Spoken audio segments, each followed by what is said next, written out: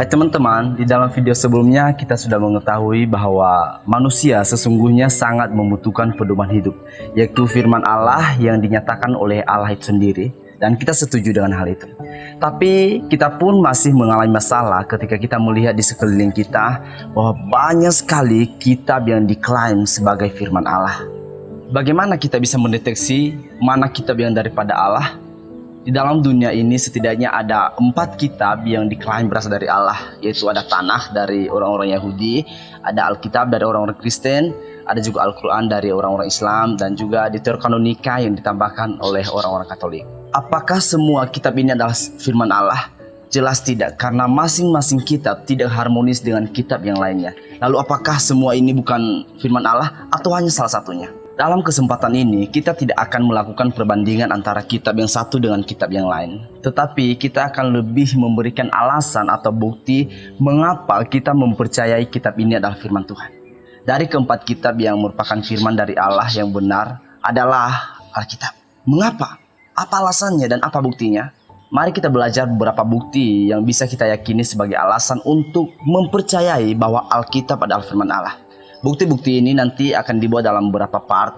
Jadi dalam video ini kita hanya belajar bukti yang pertama saja. Yaitu bukti yang pertama adalah karena Yesus percaya dan mengklaim bahwa Alkitab adalah firman Allah. Coba kita memulai dengan melihat keempat kitab yang tadi sebagai buku biasa yang memiliki isi sejarah, tuntunan moral, dan lain-lainnya. Selainnya buku yang biasa kita baca. Ketika kita membaca Alkitab, kita akan menemukan sosok pribadi yang mempercayai bahwa Alkitab itu adalah firman Allah, dengan mengatakan bahwa seluruh kitab PL adalah kitab suci. Contohnya di dalam Lukas pasal 24 ayatnya yang ke-27 dan masih banyak lagi. Dan juga mempercayai bahwa kitab yang akan ditulis setelah kematiannya adalah firman Allah.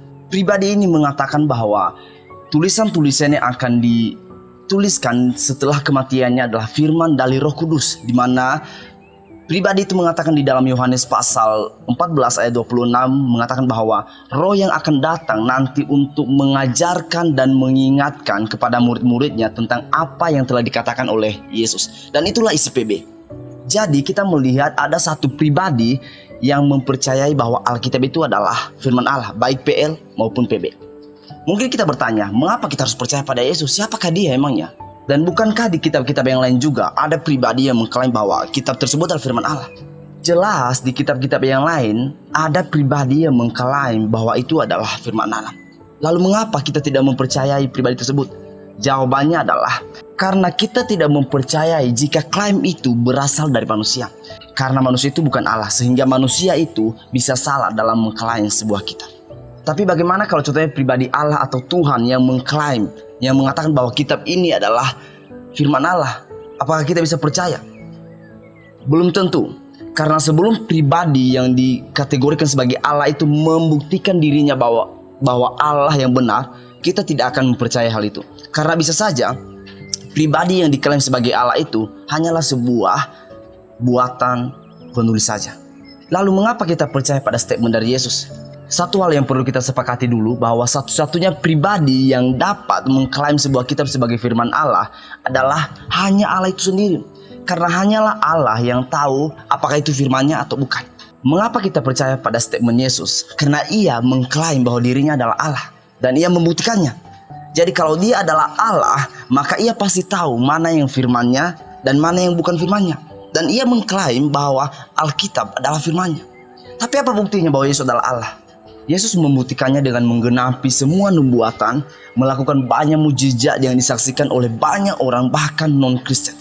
Juga dapat pengakuan dari banyak sekali orang bahwa ia tidak melakukan dosa sedikit pun, dan bahkan dia mampu bangkit dari kematian. Semua bukti ini kita percaya bukan hanya karena yang mencatatnya adalah kitab suci, tetapi juga karena semua fakta ini didukung oleh para sejarawan dunia, bahkan sejarawan non-Kristen.